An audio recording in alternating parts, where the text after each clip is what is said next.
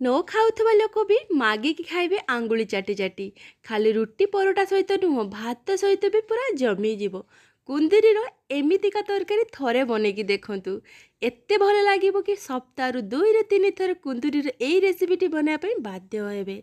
ତ କୁନ୍ଦିରିର ଏଇ ତରକାରୀ ବନେଇବା ପାଇଁ ଦେଖନ୍ତୁ, ମୁଁ 300 ଗ୍ରାମର କୁନ୍ଦୁରିକୁ ଭଲ ଭାବରେ ଧୋଇକି ତାକୁ 2 ଫାଳ କରି କାଟି ନେଇଛି। ଗୋଟେ ମିଡ଼ିୟମ୍ ସାଇଜ୍ର ଆଳୁକୁ ନେଇଛି ସରୁ ସରୁ କରି କାଟି, 2ଟା ପିଆଜ ନେଇଛି ଆଉ ଗୋଟେ ଟମାଟୋ।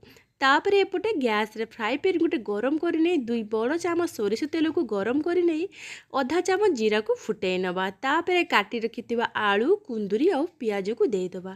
ପିଆଜକୁ ଟିକେ ବଡ଼ ବଡ଼ କରି କାଟିବେ, ଯେମିତି ପିଆଜଟା ଏମିତି ଭଜା ହେଇଗଲା ପରେ ବି ଉପରକୁ ଦେଖାହେଉଥିବ। ତାପରେ ସ୍ୱାଦ ଅନୁସାରେ ଲୁଣ ଦେଇ ପିଆଜ ଆଉ ଆଳୁ କୁନ୍ଦୁରିକୁ ଭଲ ଭାବରେ ମିକ୍ସ କରି ନେବା। ତାପରେ ଢାଙ୍କା ଲଗାଇ ତାକୁ ଟିକେ ଆମେ ସିଝିବା ପାଇଁ ଛାଡ଼ିବା। ଏବେ କୁନ୍ଦୁରିକୁ ଢାଙ୍କା ଲଗାଇ ସାରିଲା ପରେ କିଛି ସମୟ ପରେ ଢାଙ୍କା ଖୋଲି ତାକୁ ପୁଣି ଆଉ ଥରେ ଗୋଳେଇବା। ତ ମଝିରେ ମଝିରେ ଏମିତି ଢାଙ୍କା ଖୋଲି ତାକୁ ଗୋଳଉଥିବେ, ନହେଲେ କୁନ୍ଦୁରିଟା ଗୋଟେ ସାଇଡ଼୍ରୁ ପୋଡ଼ିଯିବ। ତ ଏବେ ଦେଖନ୍ତୁ ହାଲକା ଟିକେ ସିଝିଗଲାଣି ଆମର କୁନ୍ଦୁରି ଆଉ ଆଳୁ ଆଉ ପିଆଜ ତ ସୁନ୍ଦର ଭାବରେ ଏମିତି ବାହାରି ଯାଉଛି। ତ ଏବେ ଆଉ ଥରେ ତାକୁ ଭଲ ଭାବରେ ଗୋଳେଇକି ଢାଙ୍କା ଲଗାଇଦେବା। ତ ଏକୁ ଢାଙ୍କା ଲଗାଇବା ଦ୍ୱାରା କୁନ୍ଦୁରି ଆଳୁ ସଫ୍ଟ ହେଇଯିବ, ତା ଦେହରୁ ଯେଉଁ ଏକ୍ସଟ୍ରା ପାଣି ସେଟା ବି ଶୁଖିଯିବ।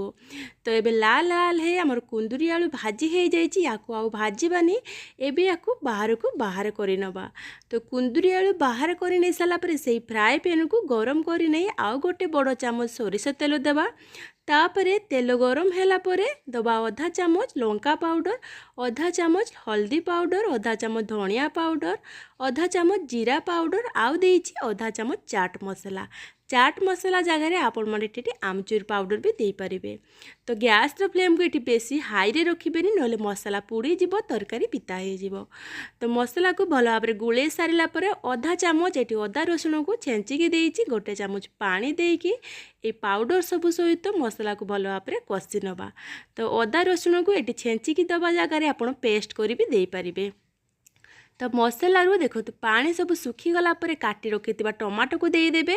ଆଉ ଟମାଟୋକୁ ଏମିତି ମସଲା ସହିତ କଷୁ କଷୁ ଦେଖିବେ ଟମାଟୋ ସୁନ୍ଦର ଭାବରେ ଏଠି ପେଷ୍ଟ ହେଇଯାଇଛି। ତ ଏବେ ଦେଖନ୍ତୁ ଆମର ମସଲା ପୁରା ରେଡ଼ି ହେଇଯାଇଛି। ତ ଏବେ ଆମେ କାଟି ରଖିଥିବା କଞ୍ଚା ଲଙ୍କାକୁ ଦେଇଦେବା। ଅଧା ଚାମଚରୁ ଟିକେ କମ୍ ଗରମ ମସଲା ଦେଇଛି, ଆଉ ଦେଇଛି ଗୋଟେ ଚାମଚ ଏଠି ବେସନ। ତ ବେସନଟା ନିହାତି ଦେବେ, ଏଇ ତରକାରୀ ପାଇଁ ବେସନ ହେଉଛି ମେନ୍ ଇନଗ୍ରିଡ଼ିଏଣ୍ଟସ୍। ତ ବେସନ ଦେଲା ପରେ ଏଠି ଦେଖନ୍ତୁ ମସଲା ସହିତ ସବୁକିଛି ଭଲ ଭାବରେ ମିକ୍ସ କରି ନେଇଛି। ଏବେ ଆମେ ଭାଜି ରଖିଥିବା ଆଳୁ କୁନ୍ଦୁରିକୁ ଢାଳିଦେବା। ଢାଳି ସାରିଲା ପରେ ଯଦି ଆପଣମାନଙ୍କୁ ଲାଗେ କି ଏଇଟା ବହୁତ ଶୁଖିଲା ହେଇଛି, ତାହେଲେ ଅଳ୍ପ ଟିକେ ଏଠି ପାଣି ଦେବେ। ଆଉ ଯଦି ଶୁଖିଲା ଖାଇବା ପାଇଁ ଚାହୁଁଥିବେ, ତାହେଲେ ୟାକୁ ଭଲ ଭାବରେ ଏମିତି ମସଲା ସହିତ ଗୋଳେଇ ନେବେ। ତ ଦେଖନ୍ତୁ ଏବେ ଭଲ ଭାବରେ ମସଲା ସହିତ ଗୋଳେଇ ସାରିଲା ପରେ ଆମର ଏ କୁନ୍ଦୁରିର ତରକାରୀଟା କେତେ ସୁନ୍ଦର ଲାଗୁଛି ଦେଖିବା ପାଇଁ। ଆଉ ବାସ୍ନାଟା ଏତେ ସୁନ୍ଦର ଆସିବ କି ଆପଣମାନେ ବୁଝି ବି ପାରିବେନି କି ଏଇଟା ଏଇ ତରକାରୀରୁ ହିଁ ଆସୁଛି, ଭାବିବେ କି ମାଂସ ତରକାରୀ ରାନ୍ଧୁଛନ୍ତି। ତ ଭଲ ଭାବରେ ଗୋଳେଇ ସାରିଲା ପରେ ଆମର ଏଇ କୁନ୍ଦୁରି ତରକାରୀ ପୁରା ରେଡ଼ି ହେଇଯାଇଛି ଖାଇବା ପାଇଁ। ୟାକୁ ଆପଣମାନେ ରୁଟି ହେଉ, ପରଟା ହେଉ ଅଥବା ଗରମ ଭାତ ସହିତ ସର୍ଭ କରିବେ, ବହୁତ ଭଲ ଲାଗିବ। ତ ଆଳୁ ବି ଦେଖନ୍ତୁ ସୁନ୍ଦର ଭାବରେ ସଫ୍ଟ ହେଇଯାଇଛି। ତ ୟାକୁ ଆଉ ବେଶୀ ସମୟ ଆମେ ଫ୍ରାଏ ପ୍ୟାନ୍ରେ ରଖିବାନି, ଏବେ ଆମେ ବାହାର କରିନେବା। ଆଜିର ଭିଡ଼ିଓଟି ଆପଣମାନଙ୍କୁ କେମିତି ଲାଗିଲା କମେଣ୍ଟ କରି ନିଶ୍ଚୟ ଜଣାଇବେ। ଆଜିର ମୋର এই ଭିଡ଼ିଓଟିକୁ ଆପଣମାନେ ଯଦି ମୋ ୟୁଟ୍ୟୁବ୍ ଚ୍ୟାନେଲରୁ ଦେଖୁଥାନ୍ତି, ତାହେଲେ ଚ୍ୟାନେଲଟିକୁ ସବସ୍କ୍ରାଇବ୍ କରିବେ। ଫେସବୁକ୍ ପେଜ୍ରେ ଦେଖୁଥିଲେ ପେଜ୍ଟିକୁ ଫଲୋ କରିବା ପାଇଁ ଅନୁରୋଧ ରହିଲା। ଜୟ ଜଗନ୍ନାଥ।